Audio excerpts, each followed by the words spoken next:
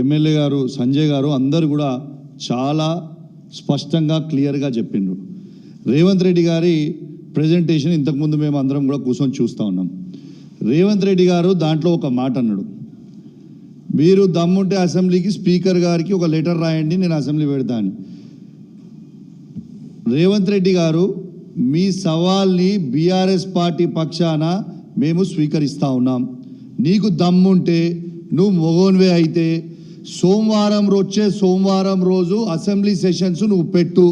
మా పార్టీ పక్షాన హరీష్ రావు గారు ప్రజెంటేషన్ ఇస్తారు.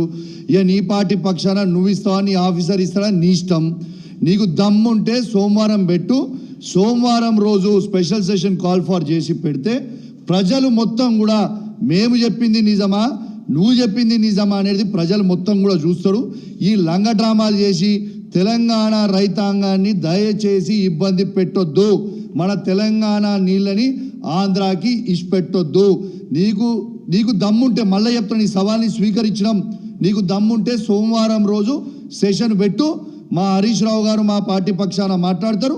మీ పార్టీ పక్షాన నువ్వు మాట్లాడుతావా, నీకు నాలెడ్జ్ లేకపోతే మీ ఆఫీసర్ మాట్లాడతారా, నీ ఇష్టం మాట్లాడి చెప్పుడు. ప్రజలు మొత్తం కూడా ఇంటర్ అని కూడా ఈ సందర్భంగా తెలియజేస్తూ సెలవు తీసుకుంటా ఉన్నాం. జై తెలంగాణ.